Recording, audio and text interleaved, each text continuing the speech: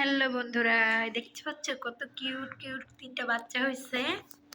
তো ওদের সাথে আমার মেয়ে সারাদিন দুষ্টুমি করে সারাদিন ধরে, তো এই জন্য রাগ করে চলে গেছে। আমি একটু রাগ দেখাইছি ওর সাথে, যেভাবে ধরো কেন, ওরা ব্যথা পাবে, ওর আম্মু তোমাকে মারবে, এই জন্য চলে গেছে। তো ওদেরকে খালি রুমে এনে রাখছি, যেহেতু তিনটা বাচ্চা এখানে থাকে ওরা।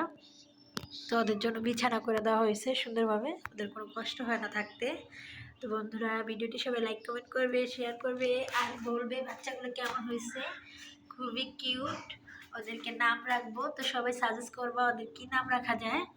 তো ওরা এই দেখো খালি রুমে খুব সুন্দরভাবে হেঁটে বেড়াচ্ছে। এগুলো কি ভিডিও করতেছি, তোমরা সবাই বলবা কী নাম রাখবো। আল্লাহ হাফিজ বন্ধুরা, ভালো থাকবে সবাই। তো দেখতে থাকো ওরা কী করে।